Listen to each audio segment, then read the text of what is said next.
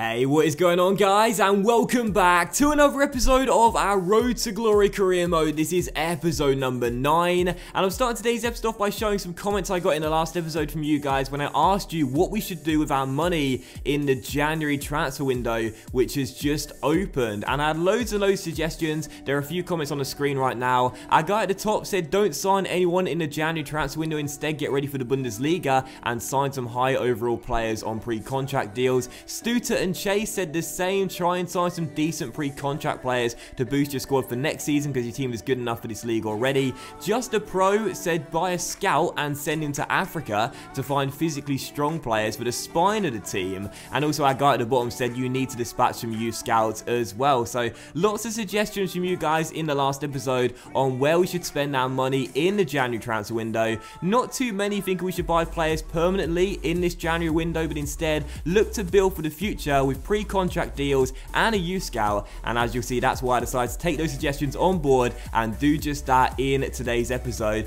First, went in search of some pre-contract players, and how about this guy? For the first signing we could possibly make, IKER CASILLAS, who has his deal upcoming the end of the year. Of course, the legendary Real Madrid goalkeeper now playing for Porto. He is 35 years old, but on ridiculously low wages, despite being 81 overall. Imagine him going to the Millantor Stadion for next season to lead our team to hopefully a lot of glory in his final years in professional football. Also, Stephen Watson recommended Pedro Enrique, a centre-back, a Brazilian, 24 years old, now 75 overall in the game. Looks really good, and his strength rating is already in the 90s. He could be an absolute physical monster in that department. And also, I saw tons of suggestions in the comment section in the last episode. Once again, thank you for all the comments in the last episode.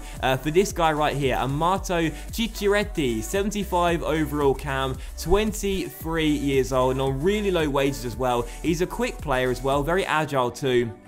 I think he'd be a fantastic signing, and he had quite a few comments in the last episode as a recommendation. So those are the 3 players I went in for initially on pre-contracts there, none of which having really high salaries, and that's really important too because we don't want to disrupt the organization, if you will, in terms of the salaries with this team. Everyone right now is on really similar wages. We don't want to put anyone on really high wages in this team, despite how good they may be. But also a bid for the engine, which of course we laughed off from Marseille. He's going absolutely nowhere. We love Moses, he's staying right here. And also our right back Jean-Philippe Cala, who I made sort of like club captain, if you will, after the sale of Gonfa, who is handed in a transfer request. He wants to leave the club, and the board said either use him or sell him. And I was like, what? This guy came through the academy. That's no way to treat a club legend. But at the end of the day, he's not playing, and I don't want to sell him. I really don't. He's got a year and a half left in his contract. I don't want to sell him, so we're going to loan him out for the rest of the season, and that'll be fine with me. But I don't want to sell him. I really don't. I don't care if he's not playing.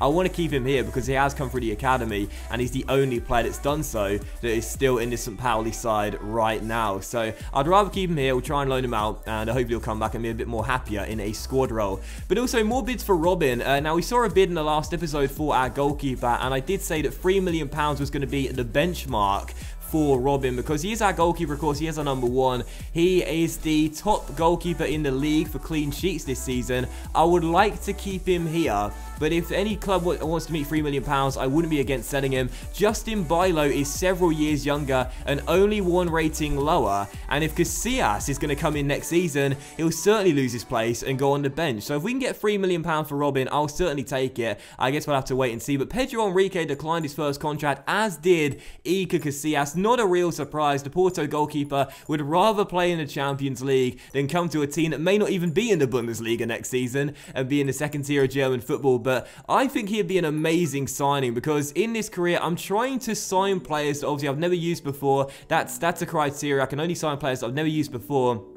But I'm also trying to do things a little bit differently in this career mode as well, for a little bit of variety. And I rarely ever sign players that are over the age of 30 years old. And I'd like to bring in some veterans to this team as well. I don't really do that very often, but this will be like a real throwback to my first ever career modes where I didn't really know what I was doing. And I used to sign quite a lot of, well, not quite a lot, but quite a few older players for the team. And I'd like to do that once again in this career mode as well. Again, a bit of a throwback, but also for a bit of variety as well. I want to bring in some veterans to this St. Pauli side, and they can be like dressing room leaders, if you will. So we offer Casillas a new contract. We'll wait and see what he says, and hopefully we can convince the Spaniard to come to the Milan tour. I guess we'll have to wait and see. But also, teams kept coming back for us regarding Robin, and he had so much interest from around the league and elsewhere as well. Hardly a surprise. This guy right now leads the league in clean sheets. He's been part of the best defense in the league. But again, I wouldn't be against selling him. He had a bid in the summer from Burnley. We told Sean Dyche, hands off, he stays here for now. But again, for around 2.5 to £3 million, I would accept that. As he is 27 years old, I don't think he'll get any better. And again, I'm not against putting Justin Bilo in the team right now. I've trained him to a 70 overall. He's got that GK long throw trait. I think he's ready to step in. So I guess we'll have to wait and see what happens there. But Casillas once again declined his contract. Hardly a surprise. I don't know whether he'll get him or not. But Union Berlin did come back to us regarding Robin and said they would meet £3 million. So hopefully he'll be on his way to the capital. That'll be totally fine with me, because £3 million for Robin will be a great deal. And if we can get Casillas for next season, in my opinion, that'll be great business. I know Casillas is 8 years older, but again, he's also 10 ratings higher, and of course a legendary goalkeeper that's just won so much throughout his career. His experience, his championship winning experience coming to the Milan tour would really help with our young inexperienced team. It would help them mature and get that winning mentality, if you will. So Casillas hopefully will accept that third contract. We'll wait and see what he says. But Charities did accept his contract. He is in on a 10 grand a week deal, on a 5-year deal as well. 23 years old, 75 overall. I think he'd be a fantastic addition, and again, he looks to be a really good signing for us because he can play cam and also out wide as well. He's quick. That's what we're looking for in our offensive players. I think he'll be a great signing. I'm looking forward to seeing him come in next season. He's the first signing of the January transfer window. We put in yet another bid for Pedro Enrique though, because I'd really like this guy. His strength rating is so high. I think he'd be a brilliant option for us in the centre-back role. But as you'll see as well, Ingolstadt came back to us regarding Robin. They said they wouldn't meet what we are after. And also Nuremberg came back to us and said that they would only give us £2.2 million. And I was like, well, forget it. He's going to Union Berlin for £3 million as it stands right now, or maybe somewhere else for £2.5 million. Hopefully he'll choose the nation's capital and go there instead, which as you'll see he does do, which is also doubly good as well, because as you'll see as well, IKER Casillas and Pedro Enrique both accept their pre-contracts just like Chichariti, and we are going to sign the Brazilian centre-back and the legendary Spanish goalkeeper on free transfers for next season. 3 new players coming in for our second year at the Milan tour, and I gotta say, I'm very excited for all 3 of them. You know, Chichariti, of course, a quick player, Pedro, of course, a strong player, and Casillas, a legendary Spanish goalkeeper. I'm trying to do things differently in this career mode for a little bit of variety. I've never had IKER before, obviously, and I think with him being a dressing room leader, you know, a legendary footballer coming to Hamburg, I think that is a sensational piece of business, because we may only get 1 or 2 good years out of him before he either retires or just, you know, decreases rapidly in terms of stats. But in those 1 or 2 years, we've got an absolute fantastic veteran, a brilliant servant of the game, and I just can't wait for him to come in next season. I think it's going to be fantastic. But of course, that does mean now that Robin has gone to Union Berlin as well for £3 million, we only have the 1 goalkeeper at our disposal now. That is, of course, Justin Bilo, who I gave the number one shirt in the summer transfer window when I signed him. He is going to step in and become the number 1. We'll need someone for the bench, and what we can do is sign Svilar, Mile Svilar, the Anderlecht goalkeeper, on loan on a 2-year loan deal. We offer the Belgians exactly that in the transfer, and as you'll say, Anderlecht said that is totally fine. So Svilar is going to come in on a 2-year loan. I've got to say, what fantastic business this is right here. Selling Robin for £3 million, Justin Bilo, several years younger, only 1 rating lower, and a better goalkeeper for counter-attacks, our type of player with St. Pauli, now coming to be number 1, and signing Svilar on a 2-year loan on just £1,600 a week. That's absolutely nothing. What great business we have done with St. Pauli in terms of our goalkeepers during these 2 transfer windows. Absolutely fantastic. And again, we could have sold Robin for £1.2 million to Burnley in the summer. Well, thank God I didn't do that, because now the situation is looking a lot better in the goalkeeper position here with St. Pauli. So some fantastic transfers already. 3 players coming in next season on pre-contracts, and of course Vila coming in on loan as well. But we weren't done there, because after the sale of Robin, we still had a lot of money to work with, and I decided to go in for Thomas Olivier Amang as well. It was in my transfer targets video the week before I started this career mode, and in the comment section in the last episode, there were quite a few of you guys as well saying try and sign the Molde striker. He is a physical beast, he is quick, and he is strong as well. I think he'd be a great addition.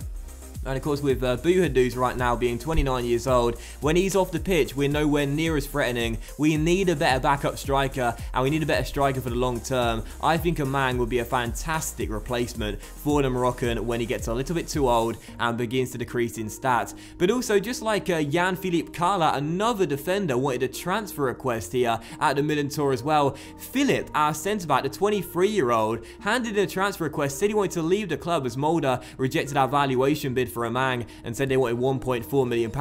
I was quite surprised at that, because Philip's been a regular in this team, and despite after his injury losing his place to Kera, he still played a lot of games this season. But he said he wants to leave the club, and I don't think it was because of a lack of games. He simply said that he felt as though he'd come to the end of his time at the club, and I said, well, that's fair enough then, you can go. And I wasn't going to sit there and cave into his demands, possibly him throwing the toys out of the pram and give him a bumper contract. That's not the St. Pauli way. If you want to leave the club, you can go. You know, Philip says he wants to leave the club, fine, you can go, we don't care. He may be off to Freiburg. We asked for £3.5 million as a counter offer, as Dennis Rossi in here is on his way to Helsinki for £90,000, and also Nico Empen is almost certainly on his way to Barnet as well, as they put in a bid, and we said that was totally fine as well. But the board came to us as well. They said they held an extraordinary meeting regarding the Philip affair, and they said it's in the best interest of the club to let him go. And I said, yeah, lads, seriously, I'm not going to cause a rift with you here. I agree. It is in the best interest of the club and in the best interest of me as well. If Philip wants to leave,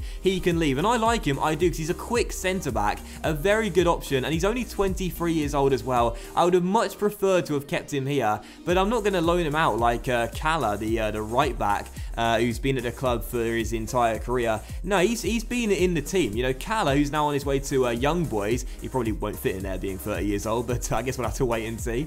Anyway, oh, it's an awful joke, wasn't it? But you know, Philip is a player who has been in the first team a lot. Unlike Kala, Kala's got a valid excuse to be annoyed, but Philip certainly doesn't. But Freiburg said they'd meet £3.5 million, and I said well, that was a counter offer I asked for, so he's going to go. That's okay with me, as we put a new bid for Molde striker Amang of £1.2 million after they rejected our second bid. And Philip is on his way to the Bundesliga. He doesn't want to stay here and possibly be part of our team next season if we do get promoted to the Bundesliga. He wants to go now, and that's fine with me. He's off to Freiburg. He leaves for £3.5 million. We've sold him and Robin for a combined £6.5 million.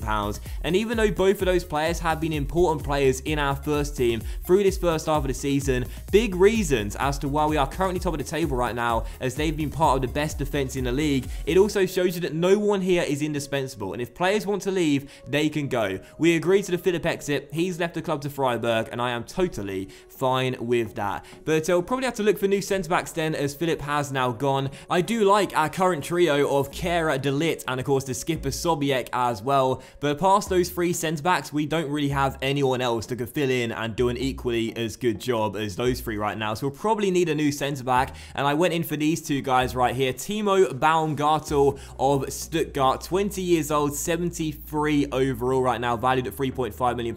And also another player valued at £3.5 million, Mark Oliver Kemp, funnily enough from Freiburg, where Philip has gone. So if we can convince him to come to the Milan tour as Philip goes the other way, I think he'd be a better replacement. It'd be a little bit younger and also 2 ratings higher as well. So we put evaluation bids. We shall wait and see what the clubs say, and hopefully we'll convince one of those guys to come in as a replacement for Philip. We also decided to buy a new scout as well. You saw me discuss it at the start of the episode, and Nathan did say in the last episode, it's hashtag youth scout time. Planning for the future is always more important than the present, and of course with St. Pauli, that does seem to be the right thing to do. So we picked one up with 5-star judgment, 3-star experience, cost over £2 million to bring him in, a big chunk of our January budget. However, I want to start youth scouting. I love youth players, I know you guys too. So we brought a German guy in. We'll start scouting as soon as the January transfer window is over, and coming into the first game of today's episode here, we take on Union Berlin, as Robin would make his debut for his new team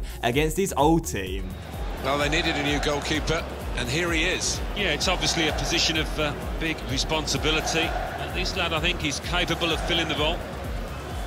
So as we travel to the nation's capital, we would meet up with Robin so soon after letting him depart to Union Berlin. And our opponents for this game right now are just 2 places and 2 points ahead of rock bottom SV Sandhausen in the table. So you can see why they decided to splash the cash and spend the big bucks on the best goalkeeper in the league so far, as they need a lot more stability on the defensive end if they are to stay up and avoid relegation. But for us, Justin Byler would start just his second league game of the season in a St. Pauli shirt, and it was exactly what I wanted to see straight away. He gave the talk in the pre-match huddle and also started off strong with a save just 4 minutes in, turning the shot behind for a corner, desperate to show his mentor that he is the better goalkeeper despite being several years younger, as he would start just his 3rd game for the club since joining in the summer. However, Robin had a point to prove as well. We let him go to Union Berlin, but I'm sure he reluctantly signed the contract here because of course he didn't want to leave, I'm sure, and would rather have stayed with the winning team right now in the division. He made a great save 9 minutes in to keep us at bay, and this game really was anything you can do, I can do better, between 2 former teammates in the goalkeeper position for St. Pauli, because we started off the game really strong, hitting the post and Robin making a great save as well, but Union Berlin were also pressing, looking to score goals to help their new teammate settle in and show that he won't have to save too many shots, and they'll be scoring a lot of goals and keeping themselves up by their attacking play and not just by defensive stability. Once again, Justin Byler made another great save, and with 10 minutes to go, Robin would also make a really good save to deny Buhadus from scoring once again and getting his 11th goal of the season. So at half-time, it was 0-0, and both goalkeepers were putting on a masterclass in the first 45 minutes. Robin with a point to prove, showing us that we should never have sold him, and we won't get promoted without him between the sticks, and Justin Byler showing us that he's better than his mentor already, and ready to take the #1 shirt for good, and ready to be #1 even when Casillas comes in next season,